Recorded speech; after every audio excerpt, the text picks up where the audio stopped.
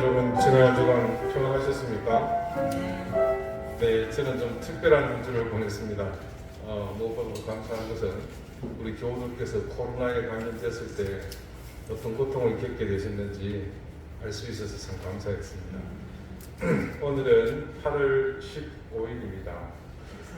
14일입니다. 죄송합니다. 내일은 광복절이 있는 날이죠. 그래서 오늘은 광복 기념주일로 함께 지킵니다. 다 같이 자리에 서신하셔서 우리의 마음과 정성을 다해 살아계신 하나님께 기회를 드리겠습니다.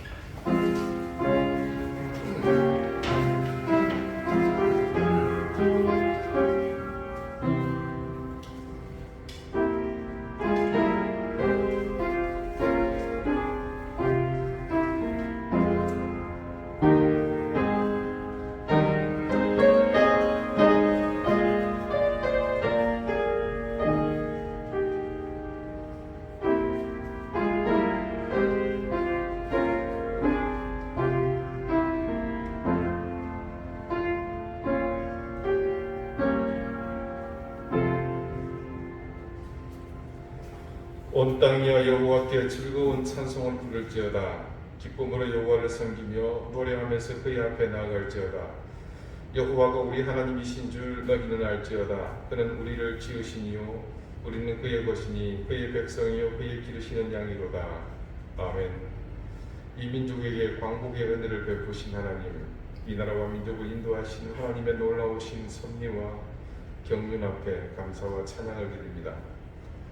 백척간두의 위기 가운데 천지를 분간할 수 없는 짙은 어둠 속에 빠져있는 이 시대에 다시 한번 이 민족을 건지시고 광복의 소망을 주신 주께서 크신 은혜와 인자를 더해 주십시오. 불의와 거짓, 온갖 사술과 세상을 미혹하는 모든 세력들까지도 모두 주님의 권능 아래 복종하게 하시고 그 위엄과 권세로 이 땅의 모든 분열과 갈등, 질병의 위협과 두려움 속에서 우리를 건져주십시오. 오늘 주님께 드리는 이 예배가 그 권능과 위엄을 다시 한번 확인하는 시간이 되게 해주십시오. 이 시간 엎드려 온 마음을 다해 영광의 주님을 향해 경배드립니다. 경배를 받으시옵소서. 영광을 받으시옵소서. 이 민족의 영원한 소망이 되신 예수 그리스도 이름으로 기원하옵나이다. 아멘. 찬송가 2장 함께 찬송하겠습니다.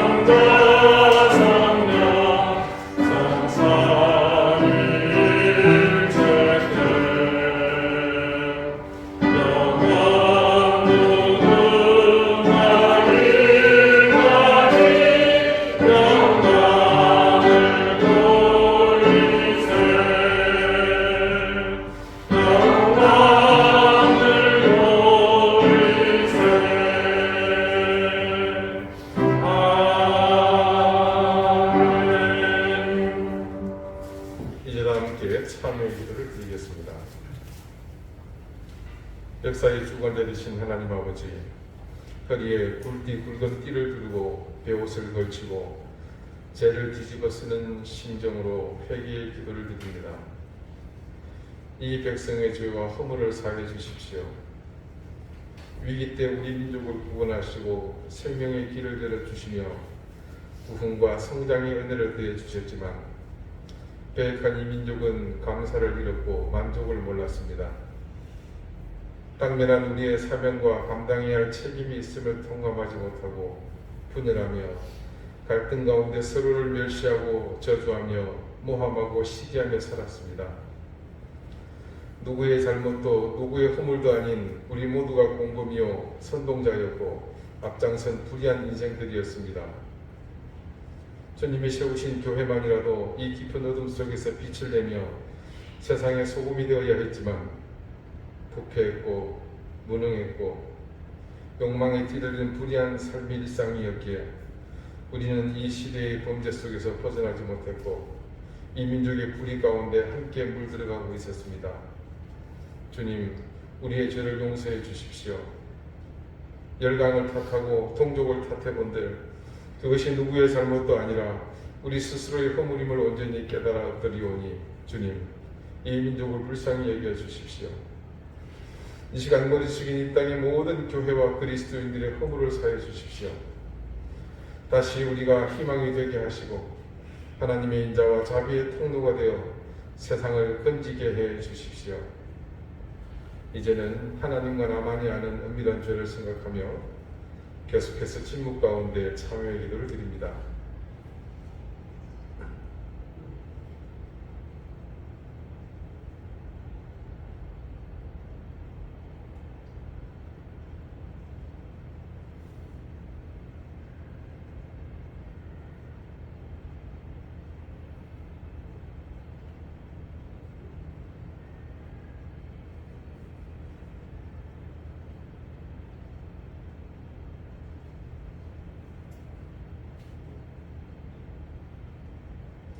하나님께서는 자신이 부끄러운 죄를 솔직하게 고백하는 사람들에게 말씀하십니다. 하나님께서 구하시는 제사는 상한 심령이라 하나님이여 상하고 통회하는 마음을 주께서 멸시하지 아니하시리이다. 아멘.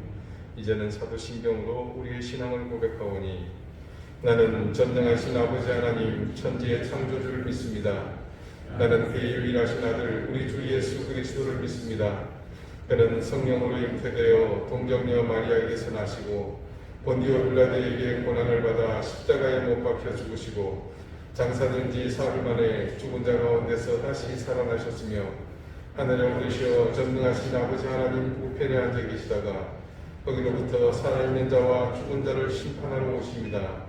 나는 성령을 믿으며 거룩한 공교회와 성도의 교제와 죄를 용서받는 것과 몸의 부활과 영생을 믿습니다. 아멘. 자리에 앉으시기 바랍니다. 이제 다 함께 성시를 교독하겠습니다. 성시는 교독문 101번 나라사랑 3편입니다.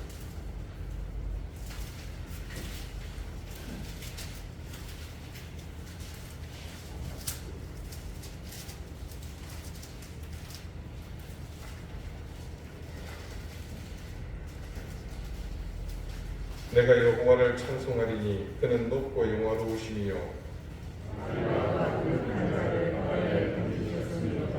여호와는 나의 힘이요 노래시며 나의 구원이시로다. 그는 나의 하나님이시니 내가 그를 찬송하시옵시며 여호와의 주의 오른손이 권능으로 영광을 나타내시나이다. 여호와의 주의 오른손이 원수를 부수시니라. 여호와께서 시온의 포로를 돌려보내실 때에 우리는 꿈꾸는 것 같았도다. 그때 우리에게는 행복이 가득하고 우리에게는 하나님이 주셨도다. 그때 문나라 가운데에 말하기를 여호와께서 그들을 위하여 큰 일을 행하셨다 하였도다. 여호와께서 우리를 위하여 큰 일을 하셨으니 우리는 기도도다. 흑암에 행하면 백성이 큰 빛을 보고 사망의 눈을 지나며 보존하는 자에게 빛이 비치도다. 주께서 이 나라를 창성하게 하시며 나의 기업 이스라엘이여 복이 있을지어다 하실 것이니라. 아멘. 기도드리겠습니다. 맹렬하기만 하던 폭염이 꺾일 기세가 보이지 않습니다. 엎친 데 덮친 격으로 거의 한 세기 만에 덮친 기록적인 폭우로 중부지방이 크나큰 수해를 입어 많은 인명피해가 발생했습니다. 주님, 어느 때보다도 간절히 주님의 자비를 구합니다. 이 땅을 불쌍히 여기시고 긍휼을 베풀어 주십시오. 가족을 잃고 삶의 터전을 잃어 한숨 짓는 수재민들에게 위로의 손길을 더해 주십시오. 오늘은 일제의 강점에서 자유를 얻은 해방의 날을 기념하는 주일입니다. 우리를 강점했던 일본과 온 국민이 정서적으로 맞서고 있는 현재의 모습을 보면서 과거의 우리 기억이 얼마나 견고한지 새삼 느끼게 됩니다. 그러나 바라옵기는 과거의 평안에 사로잡혀 성숙한 미래를 놓쳐버리는 어리석음을 범하지 않게 하시고 분노하며 저주하는 마음보다 그런 에너지를 우리 스스로를 더욱 강하게 다듬어가며 이 처질했던 역사가 반복되지 않도록 우리를 더욱 성숙하게 만드는 힘으로 삼게 해주십시오. 인간을 의지하던 교만했던 이 시대의 과거를 이제 깨닫게 해주십시오. 문명이 세상을 더욱 풍요롭게 하며 인간의 불완전함을 모두 채우기에 부족함이 없을 것이라는 허망함을 버리게 하시고 더욱 겸손하게 겸비함으로 하나님 앞에 엎드리게 해주십시오. 문명은 우리가 활용해야 할 단지 도구임을 깨닫게 하시고 어떤 이기가 있더라고 하더라도 그것의 노예가 되거나 후속받지 않도록 우리를 늘 인도해 주십시오. 하나님, 우리는 이제껏 우리에게 있는 모든 것이 당연하다고 생각하며 살았습니다. 그러나 이 지구상, 아니 온 우주를 통틀어 당연히 그런 것은 없다는 사실을 깨닫고 질서와 조화로움 속에서 자신의 역할을 주어진 대로 최선을 다하는 모든 것의 가치를 바로 알고 감사하는 우리가 되게 해주십시오. 위기 속에 교회가 감당해야 할 마땅한 일을 소홀히 대하지 않게 하시고 언제든 부르시는 소명 앞에 긴밀히 움직일 만반의 준비를 갖추게 해주십시오. 무엇보다도 시대와 역사에 대한 책임감을 가지고 구체적으로 기도하게 하시며 하나님의 뜻을 분별하기 위해 깊고 더 넓게 하나님의 뜻을 숙고하게 해주십시오. 우리의 성숙한 신앙의 모습이 세상의 위로와 힘이 되게 하시고 그 가운데 우리의 것을 나누며 손해보고 양보하며 물러섬을 통해 교회가 진정한 이웃임을 드러내게 해주십시오. 이곳 제주 땅 작은 교회로부터 시작하여 세상 가운데 우뚝 세워져 있는 거대한 교회에 이르기까지 모든 교회가 이전의 길에서 돌이켜 세상을 향해 진실되고 신실한 존재감을 드러내게 해주십시오. 하나님, 러시아의 무력 침공으로 수개월째 깊은 절망과 상실 속에 있는 우크라이나를 불쌍히 여겨 주십시오. 이제 우리의 기억 속에서도 희미해져가는 미얀마의 사태가 결코 우리에게서 잊혀지지 않게 해주십시오. 아프간 탈레반 정부의 포악함이 지금도 여전히 현존하고 있습니다. 주님, 우리가 잊지 않고 그들을 위해 기도함으로 그 땅이 회복되고 속히 하나님의 뜻이 완전히 펼쳐지게 해주십시오. 이 시간 주님 앞에 더욱 겸손한 마음으로 겸비하여 예배를 드립니다. 오늘 이 예배를 통해 이 혼돈 속의 길을 보여주시고 이 짙은 어둠 속에 빛을 비춰주십시오. 우리 사랑하는 교우들을 지켜주십시오. 병마로 고통받는 가족을 구원해 주시고 우리 자녀들의 앞길을 주님께서 평탄케 해주십시오. 어려운 생업의 현장을 지켜주시고 사랑하는 자녀들의 모든 형편이 나아지게 해주십시오. 오늘 이 예배를 주님께서 기쁘게 받으시며 하늘의 신령한 은혜로 이 시간 우리에게 내려와 주십시오. 겸손한 마음과 가난한 심령으로 주님을 바라보오니 주여 우리를 불쌍히 여겨 주옵소서. 예수 그리스도 이름으로 기도드리옵나이다. 아멘.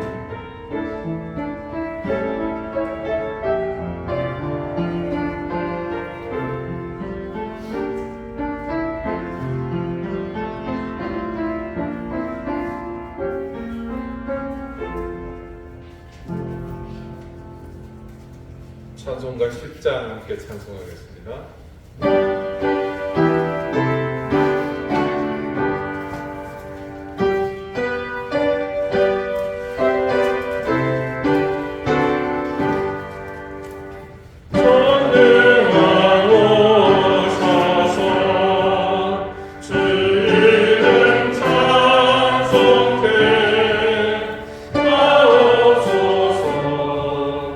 영광과 권능을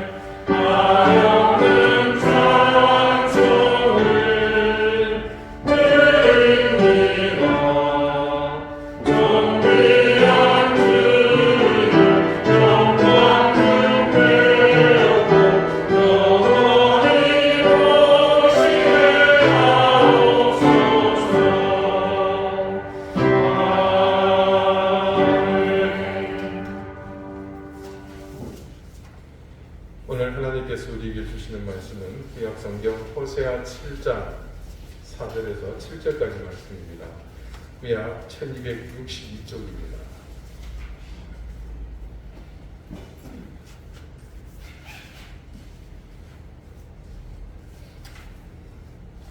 호세아 7장 4절에서 7절까지 말씀을 제가 읽겠습니다. 이제 다 같이 자리에서 일어나셔서 하나님의 말씀을 경청하십시오. 그들은 다 가늠하는 자라 과자 만드는 자에 의해 달궈진 화덕과 같다. 그가 반죽을 뭉침으로 발효되기까지만 불일으키기를 그칠 뿐이니라. 우리 왕의 날에 지도자들은 술의 뜨거움으로 병이 나며 왕은 오만한 자들과 더불어 악수하는도다. 그들이 가까이 올 때에 그들의 마음은 간교하여 화덕 같으니 그들의 분노는 밤새도록 자고 아침에 피우는 불꽃 같도다. 그들이 다 화덕같이 뜨거워져서 그 재판장들을 삼키며 그들의 왕들을 다 엎드러지게 하며 그들 중에는 내게 부르짖는 자가 하나도 없도다. 아멘. 자리에 앉으시기 바랍니다. 하나님께서 말씀으로 우리에게 은혜 주시기를 원합니다.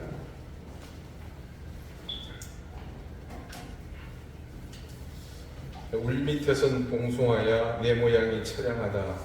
길고 긴 날 여름철에 아름답게 꽃피울 적에 어여쁘신 아가씨들 너를 반겨 놀았도다.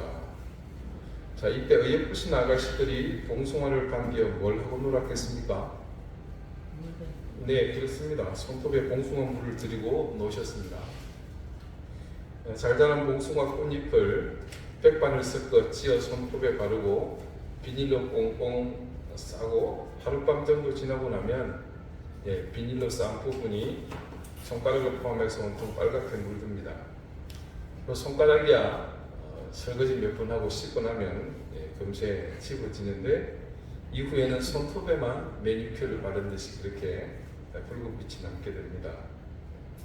이렇게 물든 손톱의 물이 첫눈 여기까지 없어지지 않으면 첫사랑이 온다는 그런 설이 있었다고들 하죠. 나이 드신 분들은 꿈도 꾸지 마시고. 어여쁘신 아가씨들은 그렇게 울밑에 핀 처량하신 봉숭아와 그렇게 놀았고, 저는 어릴 때 어떻게 놀았을 것 같습니까? 네, 잘 익은 봉숭아 씨 주머니를 터뜨리는 재미로 놀았습니다. 잘 익은 봉숭아 씨 주머니는 마치 용수철을 펴서 이렇게 고정시켜 놓은 듯 살짝만 건드려도 서너 갈래로 갈라지면서 톡 터지고 오그라들죠. 그러면서 씨가 사방으로 퍼집니다. 그래서 모 가수가 이런 노래를 불렀습니다. 손대면 톡 하고 터질 것만 같은 그대 봉숭아라 부르리. 제가 코로나만 안 걸렸어도 좀 멋있게 부를 텐데 뭐 때문에 터질 것만 같은 건지 노래는 다음 소절의 이유를 소상하게 설명합니다. 손대면 톡 하고 터질 것만 같은 그대 봉선하라 부르리. 더 이상 참지 못할 그리움을 가슴 깊이 물들이고 수줍은 너의 고백에 내 가슴이 뜨거워 터지는 화상처럼 막을 수 없는 봉선화 연정. 그리움에 사무치는 가슴이 너무 뜨거워서 화상처럼 터질 것 같은 연정이 마치 터져버릴 것 같은 봉숭아 씨주머니 같다는 말이겠죠. 그것은 비단 연정뿐만이 아니라 무엇이든 간절히 바라고 원하는 것이 가득 채워지게 되면 그럴 수 있습니다. 그런 의미에서 이 시대 사람들은 마치 완전히 익어 한껏 부풀어 올라서 누구든 손만 대면 터져버리는 봉숭아 씨 주머니처럼 그렇게 사는 것 같습니다. 사활이 멀다고 뉴스에 자주 등장하는 소위 묻지마 범죄들이 있습니다. 길 가든 행인을 폭행한다거나 저항할 힘이 없는 노인이나 여인을 상대로 벌어지는 무차별 폭행 사건들 말입니다. 그런 범죄를 저지른 사람들은 대부분 그 속에 이런 충동들이 가득해서 조금만 자극을 주면 봉숭아 씨주머니처럼 그렇게 터지고 반응하는 것입니다. 사람들이 많이 모이는 공공장소에서 종종 눈살을 찌푸리게 하는 소동이 일어날 때가 있습니다. 젊은 여성이 나이 드신 어른들에게 마구 소리를 지르며 무리한 행동을 합니다. 비단 여성뿐만이 아니라 많은 젊은이들이 그런 행패를 부르는 일이 심심찮게 목격됩니다. 그런 행동들이 충동적으로 일어나는 것처럼 보이지만 실제로는 그렇지 않습니다. 평소 그들의 내면에 그런 행동을 유발하는 요인들이 잔뜩 쌓여 있었기 때문에 그렇게 봉숭아 씨 주머니가 터지듯 그런 행동이 나오는 겁니다. 오늘 말씀 속에 등장하는 달궈진 화덕, 이거는 그 시대를 대변하는 가장 적절한 표현이라고 할 수 있습니다. 그것을 알 수 있는 것이 말씀 속에 그대로 드러나고 있습니다. 4절을 봅시다. 그들은 다 간음하는 자라 그러면서 그 다음 그 간음하는 자를 부연하는 내용이 나옵니다. 그것이 바로 과자 만드는 자에 의해 달궈진 화덕 같도다입니다. 간음하는 자가 결국 달궈진 화덕 같다는 건데 이것이 의미하는 바가 무엇이겠습니까? 화덕이 달궈져 있다. 모든 것이 다 준비되어 있다는 말입니다. 그러니까 반죽을 만들어 화덕이 달궈질 때까지 기다릴 필요 없이 그냥 바로 화덕에 갖다 넣거나 붙이면 금방 과자를 만들 수 있다는 의미입니다. 일반적으로 성범죄를 저지르는 사람의 경우를 보면 이 말이 딱 들어맞습니다. 정욕이 불타올라 그 감정을 억제하지 못해서 여성을 상대로 범죄 행위를 저지릅니다. 그런 사람들의 경우는 대부분 그 감정을 조절하지 못해서 일어나는 경우입니다. 지금이야 가스레인지나 인덕션 같은 어느 것이든 불 조절이 임의로 가능하지만 화덕은 절대 단시간의 임의로 그 화력을 조절할 수 없습니다. 화덕은 한번 달궈지면 쉽게 식지 않습니다. 과자 만드는 자에게 달궈진 화덕이 그렇게 언제든 과자를 만들 수 있는 상태가 되는 것처럼 이 시대 사람들은 시와 때를 가리지 않고 언제든 원할 때 가늠할 수 있는 준비가 되어 있는 사람들이었습니다. 마치 봉숭아 씨주머니가 완전히 익어서 부풀대로 부풀어 올라 손만 대기만 하면 손대면 톡하고 터질 것만 같은 그대가 되어 있었던 겁니다. 창세기 19장을 보면 아주 엽기적인 사건이 기록되어 있습니다. 제가 잠시 그 내용을 읽어드립니다. 저녁 때에 그 두 천사가 소돔에 이르니 마침 롯이 소돔 성문에 앉아있다가 그들을 보고 일어나 영접하고 땅에 엎드려 절하며 이르되 내 주여 돌이켜 종의 집으로 들어와 발을 씻고 주무시고 일찍이 일어나 갈 길을 가소서. 그들이 이르되 아니라 우리가 거리에서 밤을 새우리라. 롯이 간청하며 그제서야 돌이켜 그 집으로 들어오는지라 롯이 그들을 위하여 식탁을 베풀고 무교병을 부으니 그들이 먹으니라. 아브라함과 조카 롯이 같이 살고 있었죠. 그런데 종들이 일을 하다가 업무상 피치 못할 충돌이 생기게 됩니다. 그래서 이참에 우리가 각기 분리해서 살자. 그래서 아브라함은 조카 롯에게 먼저 선택권을 줍니다. 이른바 네가 동하면 내가 서하겠고 네가 서하면 내가 동하겠다는 식이었습니다. 그렇게 조카 롯이 삼촌 아브라함의 호의에 염치는 밥 말아먹고 보기 화려하고 좋아 보이는 소돔성이 있는 소알 땅에 살기를 선택합니다. 이때는 땅 임자들이 별로 없었던 때입니다. 그냥 그 깃발 꽂으면 자기 땅이에요. 얼마나 좋은 세상입니까? 자, 하나님은 오래전부터 고모라와 더불어 이 소돔 땅을 손보실 생각을 하고 있었습니다. 그런 사실을 뒷받침하는 것이 바로 이 말씀의 바로 직전 창세기 18장에 등장합니다. 아브라함을 찾아온 하나님의 사자들이 소돔과 고모라를 쓸어버리기 계획을 합니다. 그것을 하려고 하죠. 그때 아브라함이 그 사실을 알고 자기 조카 롯을 구하기 위해서 간청하지 않습니까? 아무튼 이곳 롯이 살고 있는 소돔성의 성문에 하나님의 천사가 나타난 것을 그곳에 있던 롯이 발견하고 그들에게 절하고 자기 집으로 들였습니다. 롯은 극구 사양하는 그들을 극진히 대접합니다. 그렇게 얼떨결에 붙잡힌 천사는 롯의 집에 머물며 그가 대접한 음식을 먹습니다. 그런데 이 롯의 집에 아주 잘생긴 천사들이 들어왔다는 소식이 성내에 퍼지고요. 이 성의 사람들이 롯의 집에 외진이 들어온 것을 알아채고 그곳에 모여서 차마 입에 담지 못할 폐역한 짓을 벌이려고 합니다. 그들이 눕기 전에 그 성사람 곧 소돔 백성들이 노소를 막론하고 원근에서 다 모여 그 집을 에워싸고 롯을 부르고 그에게 이르되 오늘 밤에 네게 온 사람들이 어디 있느냐 이끌어내라 우리가 그들을 상관하리라. 말씀이 증가하는 바에 따르면 성내의 모든 사람 노소를 막론하고 원근에서 다 모여 그 집을 에워쌌습니다. 그리고 집주인 롯을 부르며 네 집에 온 손님을 끌어내라고 주문합니다. 이유는 우리가 그를 상관하리라 라는 이유 때문입니다. 자, 이 부분을 유진 피르슨의 메시지 성경에 있는 내용으로 여러분이 잠시 읽어드리겠습니다. 그들이 잠자리에 들기 전에 소돔의 남자들이 젊은이 노인 할 것 없이 사방에서 몰려와 롯의 집을 에워쌌다. 그리고는 롯에게 고함치며 말했다. 오늘 밤 당신 집에 머물려고 온 사람들이 어디 있어? 그들을 데리고 나오시오. 우리가 그들과 재미 좀 봐야겠어. 자, 이 사람들이 재미를 보겠다는 의미는 차마 입에 담기가 좀 민망해서 따로 설명하지는 않겠습니다. 그러자 익숙한 듯 롯은 그들에게 다음과 같이 대처합니다.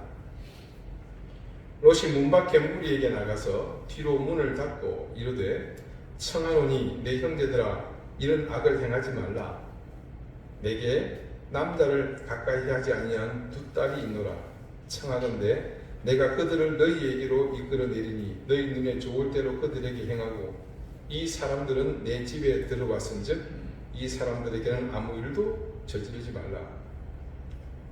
롯은 자기 집을 찾아온 하나님의 천사를 보호하기 위해 나름 대책을 강구합니다. 그런데 그 대책이라는 것이 기가 차서 말이 더 안 나올 지경이죠.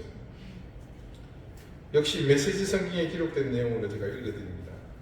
롯이 밖으로 나가 뒤로 문을 닫아 걸고 말했다. 여보시오, 제발 수치스러운 짓을 하지 마시고 자, 내게 남자를 알지 못하는 두 딸이 있어. 내가 그들을 내줄 테니 그 아이들과 즐기고 이 사람들은 건드리지 마시오. 이들은 내 손님이요. 소돔성에 있는 놈들이나 롯이나 일반적인 상식을 가진 사람의 사고는 절대 아니라는 것을 충분히 짐작할 수 있는 대목입니다. 왜 하나님께서 이 성을 멸하려고 하시는지 달리 설명하지 않아도 아시겠죠. 소돔의 남자들이 노소할 것 없이 몰려와 롯의 집에 머물고 있는 하나님의 천사를 탐하는 것이나 자신의 딸을 아무렇지도 않게 그들의 성적 놀이의 대상으로 내어주려는 롯이나 똑같은 놈들입니다.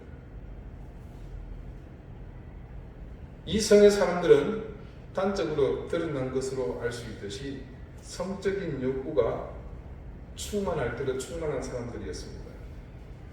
그것도 일반적인 성욕이 아니라 남자와 남자가 서로 성행위를 하는 이른바 동성애가 버젓이 성행하는 그런 곳이었습니다. 영어 단어 중에 소돔이라는 말이 있습니다. S-O-D-O-M-Y, 소돔이. 바로 이 소돔이라는 지명에서 유래한 단어입니다. 사전을 찾아보면요, 동성애, 짐승과 교접하는 수간이라는 뜻이 있습니다. 이 소돔성이 얼마나 타락한 성읍이었는지 짐작하고도 남습니다. 롯의 그런 제안을 이 성 안의 남자들은 수락하지 않습니다. 그들이 이르되 너는 물러나라. 또 이르되 이자가 들어와서 거류하면서 우리의 법관이 되려 하는도다. 이제 우리가 그들보다 너를 더 헤아리라 하고 롯을 밀치며 가까이 가서 그 문을 부수려고 하는지라. 사실 롯도 이 성의 이주민에 불과했습니다.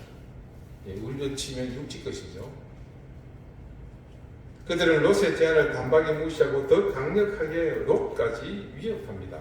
자, 이쯤 되니 하나님의 천사들이 나서지 않을 수 없게 되었죠.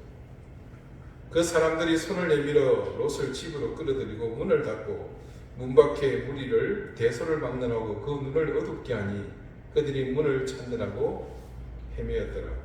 결국 천사들이 집 밖에 몰려온 이 썩을 놈들의 눈을 어둡게 만들어 버렸습니다.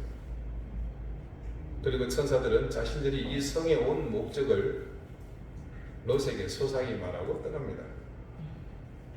그리고 롯에게는 속히 이곳을 떠나라 그랬죠.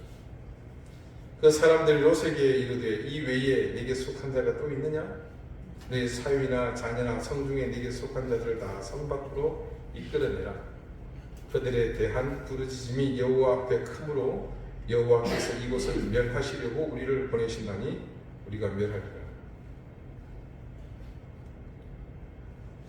여러분, 이 소돔성의 상황이 여러분의 상식으로 이해가 되십니까? 그것도 지금과 같이 우리가 살고 있는 이 시대 말입니다. 성문화가 타락할 대로 타락해서 그런 문란한 사회도 아니고 오래전 호랭이가 담배가 아니라 담배를 심던 그 시절, 시기조차 가늠하기 어려운 아주 고대였습니다. 도대체 어떤 사연이 있었길래 이 성의 남자들이 모두 모여서 롯의 집에 찾아온 여자가 가진 천사를 범하고자 모여들었을까요?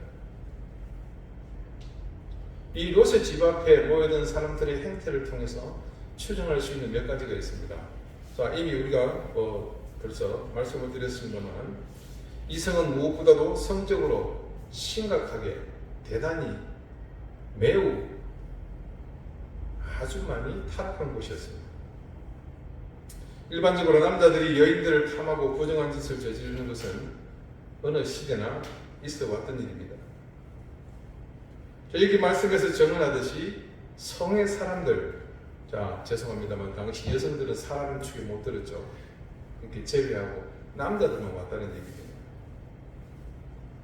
노소를 막론하고 말씀에 증거하고 있는 이 말은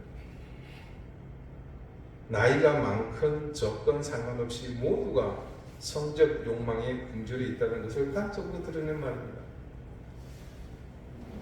왜 그런 말씀 하시죠? 종이들 힘만 있어도 바람을 핀다고 남자들은. 나이가 많다고 예배가 아니었던 거죠. 그런데 이 사람들이 롯의 젊은 딸을 제쳐두고서 롯의 집에 방문한 천사를 강력하게 요구합니다. 이것은 이 사람들 모두가 정상적인 남녀 관계가 아니라 동성애가 보편화되었다는 것을 우리에게 알려주는 뜻입니다. 도대체 어떻게 한 성읍의 모든 남자가 이 모양이 될 수 있다는 말입니까? 이것은 오직 한 가지밖에 달리 설명할 길이 없습니다. 그것은 그들이 극도로 심각하게 비상식적으로 성적 쾌락에 빠져 있었기 때문입니다. 일상적인 행위로는 만족을 느끼지 못하고 더욱 점진적으로 더 많은 더 자극적인 쾌락을 추구하는, 그러니까 이미 성적으로 더 할 수 없이 깊은 나락으로 빠져 있었다는 것을 방증하고 있습니다. 하나님이 이 성을 멸망시키려고 천사를 내려보내신 명확한 근거가 되는 말씀입니다. 지금 한국교회가 보이지 않는 전쟁을 치르고 있습니다. 많은 사람의 관심에서 먼 주제처럼 여겨지는 이른바 차별금지법 제정에 대한 반대운동입니다.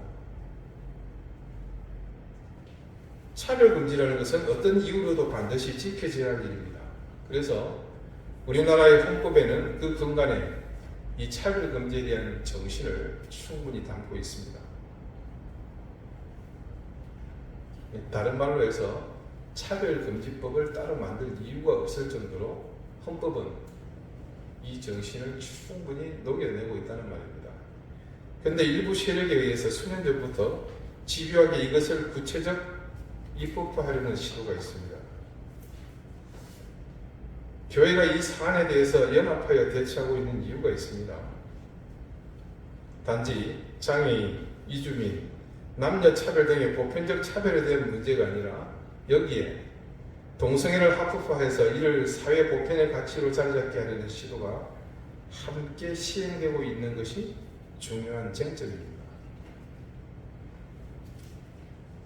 동성애자들은 자신들의 성적 취향을 생물학적인 것에 원인이 있다고 주장합니다. 쉽게 말하면 그렇게 타고났다는 거예요. 그러나 이는 이미 수많은 학자들에 의해서, 의사들에 의해서 그 근거가 미미하다는 것이 학문적으로 또 실험을 통해서 충분히 입증되었습니다. 오늘 소돔성의 사람들이 드러내고 있는 모습에서도 알 수 있듯이 이들이 집단적으로 생물학적인 이상으로 인해 그렇게 동성애에 집착한 것이 아니라 이는 상당히 오랜 시간 성적 탐닉 때문에 점진적으로 나타나게 된 부작용이라는 것을 누구나 알 수 있습니다. 그리고 무엇보다도 우리 교회는 이 문제에 대해서 누구보다도 단호해야 할 이유가 있습니다.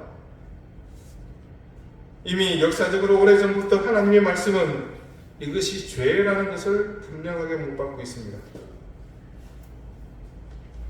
하나님이 만드신 창조의 섭리를 거슬러 인간의 탐욕을 정당화하려는 시도라는 것을 신앙을 가진 사람이라면 누구나 알 수 있는 부분입니다. 동성애가 합법화되고 사회 전반에 아무런 여과 장치 없이 아이들의 교육 현장에까지 침투하게 되면 이 사회는 소돔과 고모라 꼴이 나는 겁니다. 여러분 한번 생각해 보십시오. 하나님께서 천사들을 보내서 소돔과 고모라를 유황불로 심판하셨습니다. 만약 하나님께서 그렇게 하지 않고 가만 내버려 두셨다면 어떻게 되었을 것 같습니까? 그 자체가 바로 생지옥입니다. 여러분, 그곳에 정상적인 가정이 존재할 수 있었겠습니까? 사람들이 이성을 가지고 과연 그 성에서 살아날 수 있었겠습니까? 이런 성적 쾌락을 주지하지 못해 탐닉하는 공동체 탐욕의 굴욕을 미래는 불보듯 훤합니다. 여러분, 지금 이 시대가 이처럼 그때와 다르지 않게 달궈진 화덕 같은 시대가 되어버렸습니다. 비단 성적 욕망만이 아니라 돈을 벌기 위해서도 이 시대의 사람들은 충분히 달궈져 있습니다. 여기 저기 돈만 된다면 어떤 일도 서슴지 않고 행동하는 시대가 되지 않았습니까?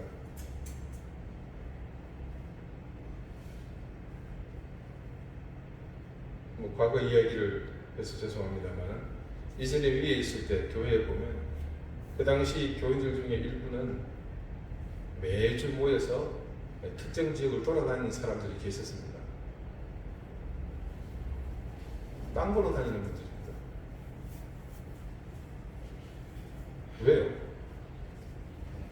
우리는 이유를 잘 알고 있죠. 여기저기 남의 돈을 사기쳐서 뺏고 온갖 방법을 동원해서 기별한 방법으로 돈을 뜯어냅니다. 무언가에 달궈졌다는 것은 위험 신호입니다. 더군다나 그것이 하나님의 뜻과 무관한, 아니 오히려 하나님의 뜻에 맞서는 인간의 욕망으로 달궈졌다면 더욱 위험합니다. 그 뜨거운, 그 달궈진 화덕이 얼마나 무서운지 말씀은 오늘 그들이 다 화덕같이 뜨거워져서 그 재판장들을 삼키며 그들의 왕들을 다 엎드러지게 하며 그들 중에는 내게 부르짖는 자가 하나도 없도다. 7절에 이렇게 증거합니다. 그 욕망의 열기가 모든 것을 집어삼킨다고 증거합니다.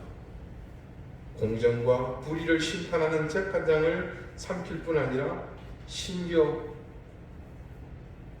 다스리는 왕들까지 엎드러지게 만든다고 합니다. 여러분, 이게 어떻게 진행될지 충분히 짐작이 되시죠? 한마디로 완전히 개판된다는 겁니다. 그리고 더 참혹한 결과가 이어짐을 말씀이 증거하죠. 그들 중에는 내게 부르짖는 자가 하나도 없도다. 누구요? 달궈진 사람들 중에는 하나님을 부르짖는 사람이 아무도 없다는 겁니다. 욕망이 극대화된 세상, 과연 그곳에 하나님의 공의가 발붙일 공간이 있겠습니까? 공정과 상식이 무너집니다. 심지어 세상이 나름 기준을 가지는 질서도 모두 무너지는 세상이 될 것입니다. 그러므로 하나님의 공의와 질서 따위는 안중에도 없습니다. 지금 이 멸망해 가는 이스라엘에게 하나님께 부르짖는 사람이 하나도 없게 된 이유를 이 말씀이 잘 우리에게 알려주고 있습니다. 저와 여러분이 평생을 살면서 가장 우려하는 것이 있다면 어떤 것이 있겠습니까? 좀 우리 스스로 우아하게 한번 생각해 봅시다. 네, 우리가 하나님을 떠나는 일이겠죠. 우리의 인생의 여정을 통틀어서 그것보다 큰 낭패가 과연 어디 있겠습니까? 아니, 무엇이 있겠습니까? 그런데 우리가 허망한 것에 달궈진다면 오늘 말씀이 증거하는 것처럼 우리도 하나님을 부르짖지 않는 사람으로 변할 수 있습니다. 다른 목사님들도 저와 같은 생각을 하시는 분들이 많습니다만 세상이 좋아지면 좋아질수록 걱정되는 것이 있습니다. 그것은 하나님을 떠날 수 있는 기회가 더 많아진다는 그런 생각입니다. 제가 또 우려하는 것 중 하나가 그와 맞물린 이 세상의 기류입니다. 요즘은 이전과 비교할 수 없을 정도로 개개인의 인권을 지나칠 정도로 강조하는 그런 세상이 되었죠. 학생의 인권에 대한 조리한 재정 문제로 한때 교육계가 큰 홍역을 알았습니다. 그 이후 군대를 필두로 해서 우후죽순 여러 단체에서 인권을 앞세우는 일이 생겨납니다. 여러분, 학교와 군대는요, 공의 인권과 맞서는 특별한 문화가 존재하는 곳입니다. 개개인의 인권보다 우선하는 또 다른 가치가 있죠. 여러분도 아시다시피 교육의 현장에는 강제력이 반드시 필요합니다. 그래서 체벌이 가해지거나 행동에 제약을 둠으로 그것을 교육의 도구로 삼습니다.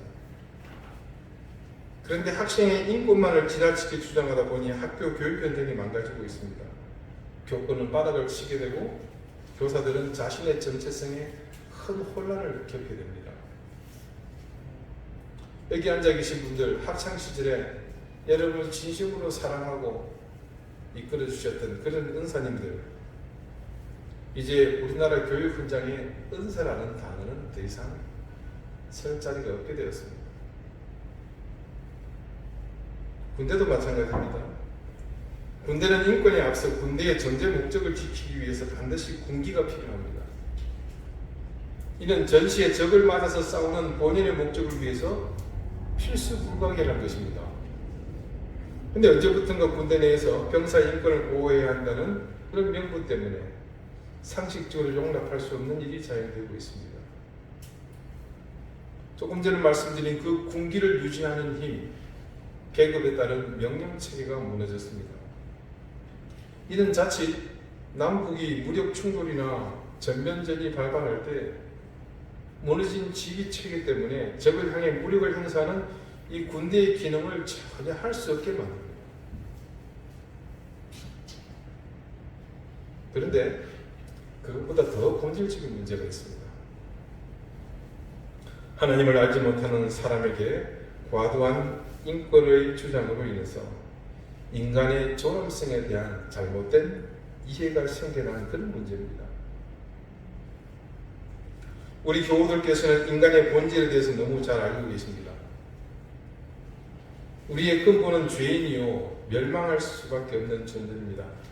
우리는 그런 존재로서 지난 예배 때도 언급한 바 있는 에노스로서의 인간을 잘 알고 있습니다. 깨어지기 쉬운 존재, 죽을 수밖에 없는 존재. 그래서 우리는 이 한계를 깨뜨려 주시는 절대적인 존재, 그리스도 구원자 예수 그리스도가 필요한 존재입니다. 우리가 그것은 곧 우리 스스로가 유한한 존재고 또한 반드시 죽는 존재요. 근본이 죄인이라는 것을 전제하는 것입니다. 그런데 여기저기서 무분별하게 인권을 부르짖는 통해 마치 인간의 존엄성이 성경 말씀에서 말하는 그 본질의 그 근본의 본질을 무색하게 만드는 풍토가 되어서 우리 가운데 자리 잡게 되었다는 것이죠. 이는 지금 세상의 기류와 이 세상의 풍토가 결코 무관하지 않습니다. 달궈진 화덕과 같이 욕망이 바라고 이끄는 것에 열을 올리는 세대와 아주 밀접한 연관이 있습니다.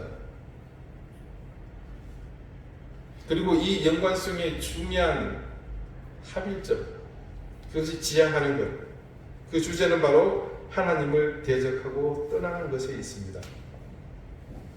자, 그렇다면 한 가지 중요한 결론에 이르게 되죠. 이 모든 것의 배후에는 무엇이 있다는 말입니까? 악한 영의 존재, 마귀가 함께하고 있다는 것을 알 수 있습니다.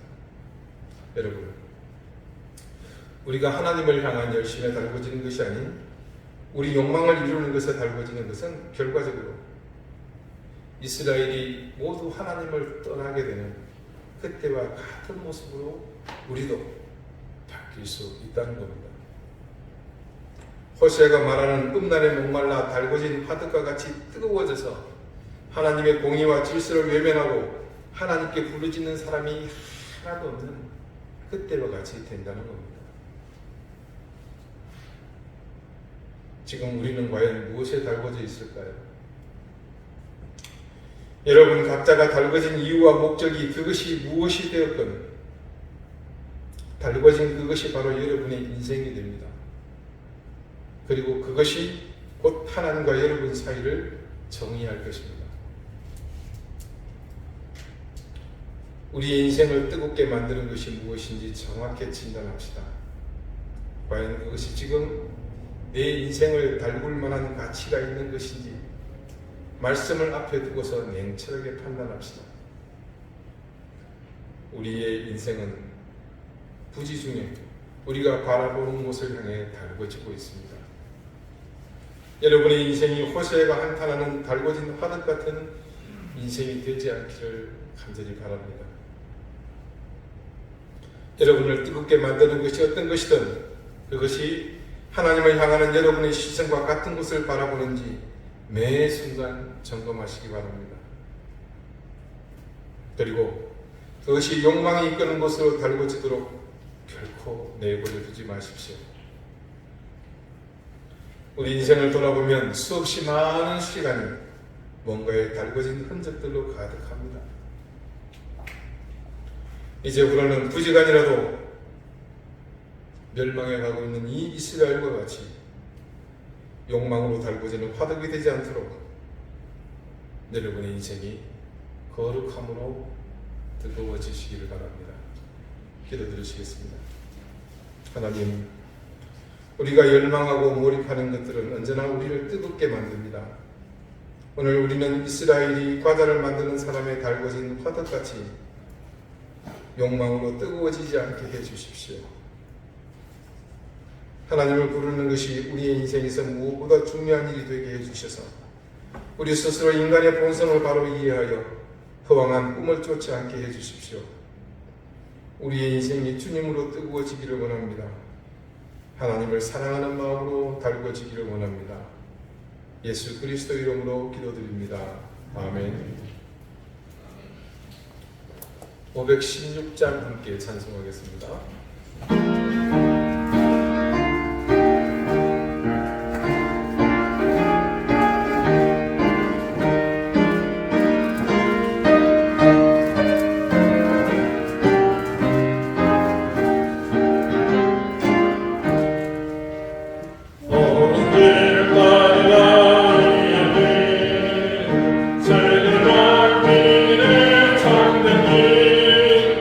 늘 가서 살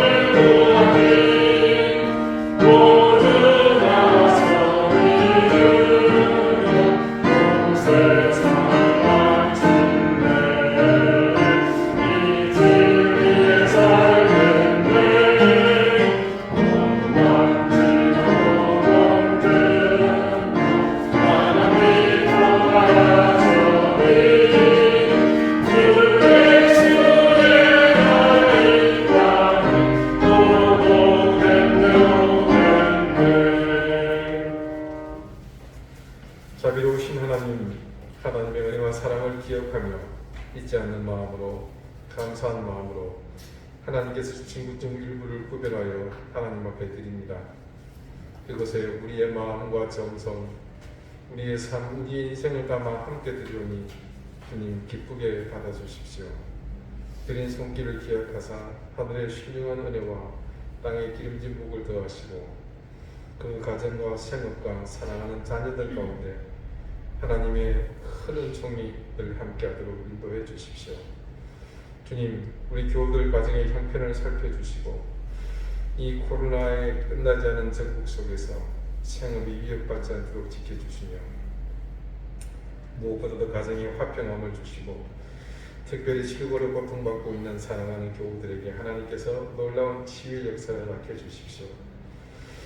교회를 위해 이 모양 저 모양으로 수고와 헌신을 아끼지 않는 귀한 분들을 하나님께서 기억하시고 그들의 그 귀한 헌신에 하나님 놀라운 은혜로 함께 주시기를 구합니다.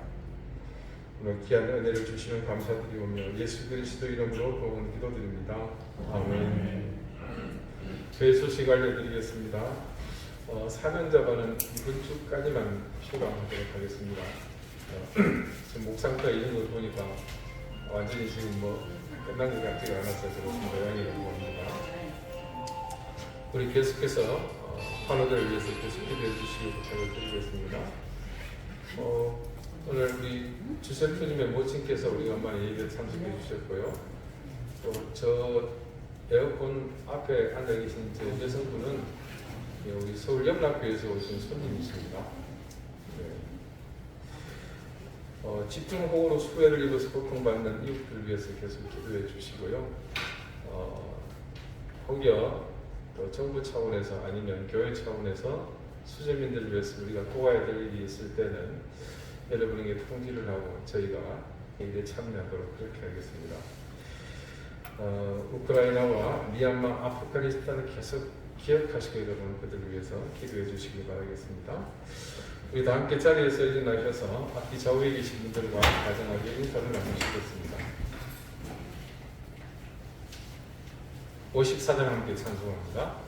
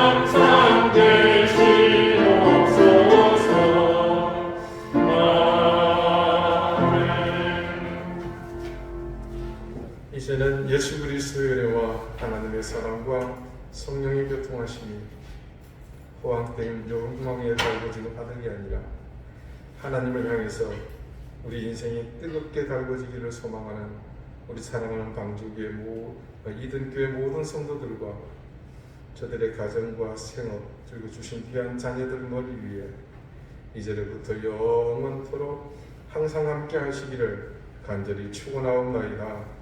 아멘.